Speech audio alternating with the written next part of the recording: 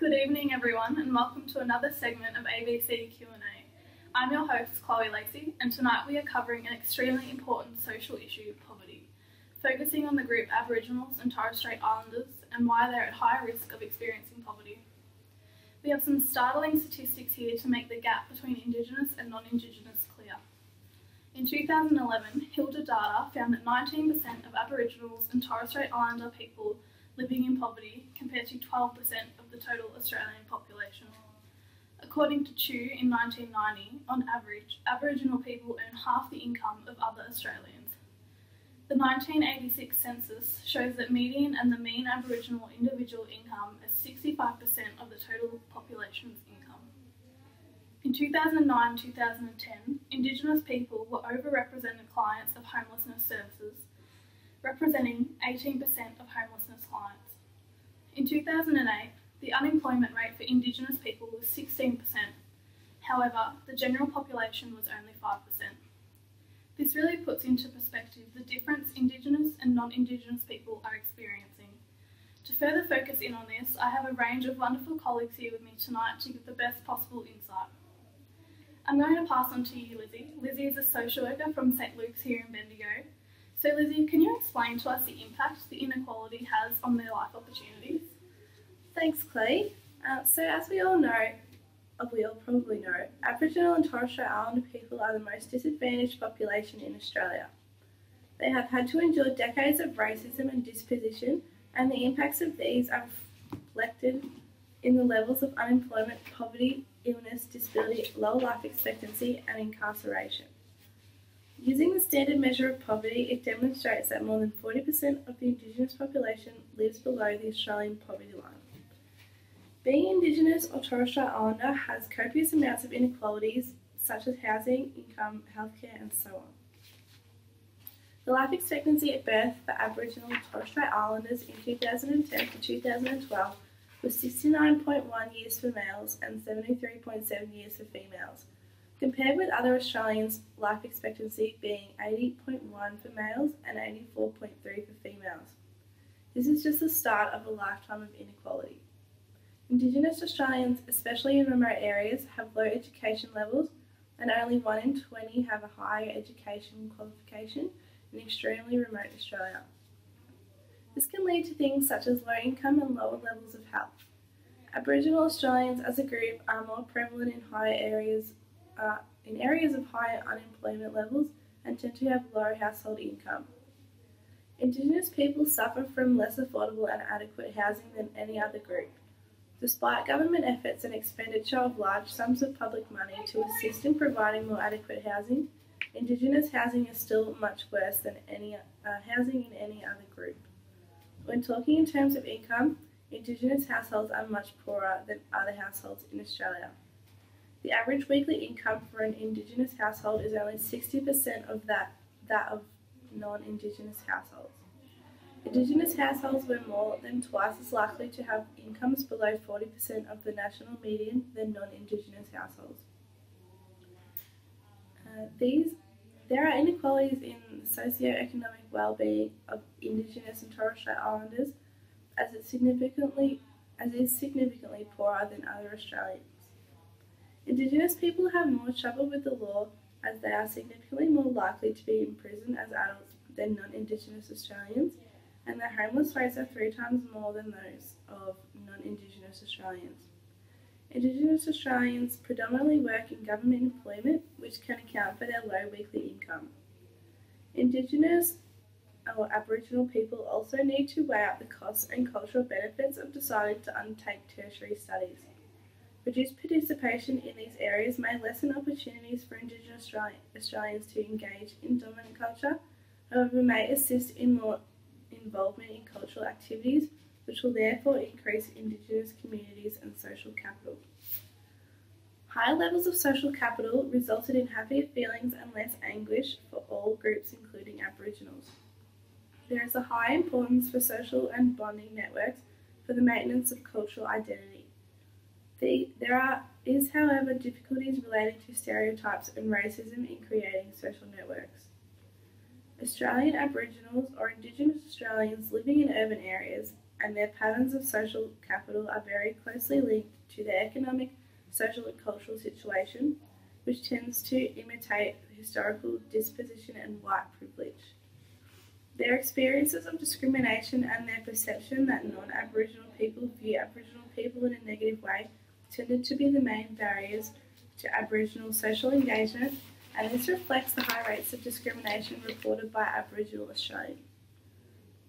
Now I have some quotes from Aboriginal Australians in regards to their treatment, which will help to reinforce what I'm saying. So the first one is from Donna, who's 50 years old, on the disability pension, and in regards to the area in which she lives in. She says, "I live here because I'm a fair-skinned black. But when that house came up for rent across the road, everyone was scared in case they get a dark-skinned family. Now they think that it didn't affect me, but when I heard that, I thought, look, I don't want to know yous, basically you want me because I look like you. If I was darker, I'd tell you I wouldn't be here. They'd have me out, I think." The next one is from John, who's 52 years old and has part-time employment. In regards to the treatment of Aboriginals, he says, "Fair-skinned Aboriginals are more advantaged, alright? They do not get looked at, they get looked at a lot differently, they get treated differently. They are not singled out by the police. The simple face of their appearance and white people are advantaged because they are white, and that's a simple fact." And then the last one I'm going to share is from Patricia, who is 50 years old and self-employed, in regards to embracing her Aboriginal identity. She says, "I felt I can't be as public about my identity as I'd like to be because I'm not sure how people will receive that, and I've noticed some racist attitudes coming from my daughter's school council, which I'm a member of, and they all make comments not necessarily knowing that I'm an Aboriginal person. When I came across those attitudes, I sort of withdrew and remained, just an individual rather than from a particular race." Wow, thank you, Lizzie. That's great insight to the personal effects that inequality has on this group. Now we have Beck, and she's a lecturer from Latrobe University in Bendigo. And Beck is going to be explaining the contrasting explanations of poverty within this group. Thank you, Chloe. Touching on what Chloe previously said, the data from 2011 household income and labour dynamics in Australia reveal that Aboriginal and Torres Strait Islanders are more likely to experience poverty. The data show that 19.3% of Aboriginal and Torres Strait Islanders are living in poverty, while the rest of the population of Australia live in poverty is only 12.4%. Using these statistics, they can help identify two contrasting explanations of why and how Aboriginal poverty and inequality affects Aboriginal and Torres Strait Islanders, including different ideologies and values. The two contrasting explanations that we've used today are individual poverty and multidimensional poverty. Each theory has a different outlook on poverty and inequality. Individual poverty means the success or failure of an individual. It relies on their physical, intellectual, and moral resources. In a broader explanation, individual poverty is the individual's own failure, not the economy or social structures. However, an individual's poverty is based on a lack of natural talents to financially be successful or to secure a proper income through employment. It's based on the responsibility of the individual, and their poverty is the reason for the lack of responsibility and motivation to make their life better and have access to resources. In response to looking at Aboriginal and Torres Strait Islanders, factors such as increased alcohol and drug use and crime are choices and responsibilities that individuals are faced with, and these choices and responsibilities can all be a result of facing poverty and inequality. Aboriginal and Torres Strait Islanders are 2.5% more likely to smoke than non-Indigenous Australians. It's revealed that 22% drink at risky levels and 1.6 times more likely to use illicit drugs than non-Indigenous and Torres Strait Islanders. Being involved in these habits more frequently can cost and consume a person's life. Buying smokes, alcohol, drugs daily can take a huge percentage of their income or welfare payments and leave them with only enough to get through the next few days until the next payment comes in. This places them below the poverty line because they cannot afford the resources to live comfortably. 1 of the 6 Aboriginal and Torres Strait Islanders are arrested based on the crimes they've committed. 29% are employed. Hiding a criminal record can decrease their chances of finding employment, as most employment places are less likely to hire them over someone who has a clean record. Being involved or committing a crime is their choice and responsibility, and can be one of the reasons they live in poverty and face inequality. Multidimensional poverty is a different way in which an individual group can experience poverty by looking at the structural, group, individual, life cause, and group, and location. Multidimensional poverty is not about blaming the individual at hand or narrowing it down to the lack of responsibility. However, this theory is about looking at the different dimensions of poverty. Aboriginal and Torres Strait Islanders between the ages of 25 and 64 years old are the highest group living in disadvantaged areas. Key factors such as education, employment, income, location, health, and housing are factors that are more common to explain the level of poverty and inequality being experienced by this particular group. Having access to education is beneficial to any individual in being able to improve their standard of living. However, Aboriginal and Torres Strait Islanders don't always have this opportunity. In 2011, only 42.7% received a level Year 12 education, while only 90.5% received a Year 10 level of education and never continued on. Not receiving Year 12 standard of education can be a result of location. Living in remote and rural areas can drastically determine the level of access an individual has getting to and from school if no public transport is provided in these remote and rural areas. By not completing an ideal standard of education, it can have long-term implications such as experiencing long-term employment, no income, and having to depend on welfare payments, all because they do not have the proper qualifications or skills to be employed for long periods of time and receive a decent weekly income that will be able to support them and their families. Moving on to their standard of health. Aboriginal and Torres Strait Islanders experience long-term health and well-being related issues, such as low life expectancies and increased chances of disease and illness. Data has revealed that they are 4 times more likely to be hospitalised for chronic conditions and 3 times more likely to suffer from diabetes and 7 times more likely to die from diabetes than other Australians. The rate of experiencing mental health is high in some instances, like the rate of suicide is 5% of the total Australian 5% of total Australian suicide, which is 3%. The increase of hospitalisation has increased by almost 50%, and nearly 40% of the Australian group will experience some form of mental illness in their lifetime. Having a level of poor health can affect them in terms of getting a job and being able to provide for themselves. If they live in remote and rural areas, they may not be able to have access to healthcare services and receive the proper medical attention needed. This results in them not receiving quality healthcare. Housing has also become a popular issue that relates to the poverty that Aboriginal and Torres Strait Islanders face. Data revealed that 20% of Indigenous and Torres Strait Islanders are living in crowded households. Disadvantaged lifestyle can contribute to not being able to provide a warm, safe, clean and happy environment, which places them below the poverty line because they are not able to provide proper housing.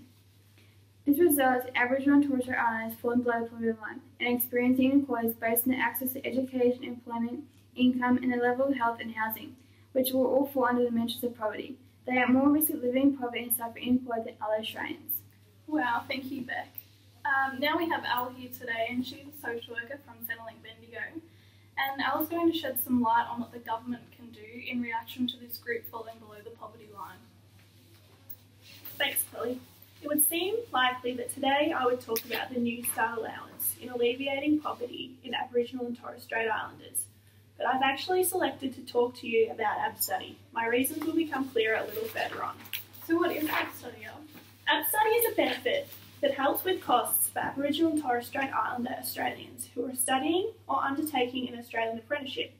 Obviously, to be eligible for this, you must be Aboriginal or Torres Strait Islander Australian, be able to meet residence requirements, be enrolled in an approved course or undertaking a full-time Australian apprenticeship, and not be receiving any other government assistance to study or complete your apprenticeship. So what does the benefit cover for these students and apprentices? The benefit helps to cover costs associated with education, accommodation, living expenses, fares to travel each semester if they are living away from home, and prescriptions.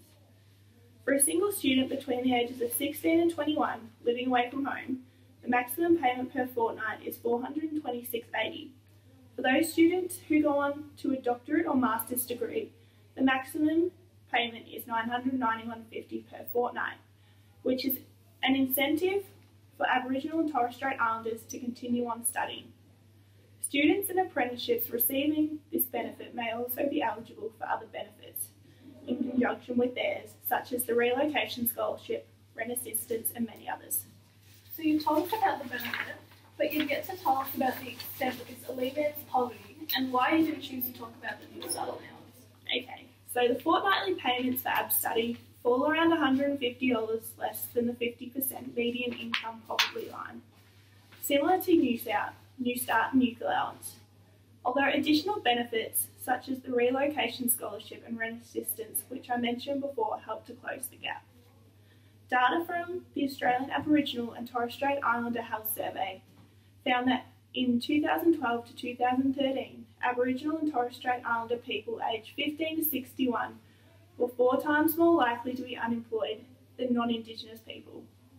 Like you said at the start of the program, the unemployment rate for Indigenous people was 16.6% in 2008 compared to 5% in the general population.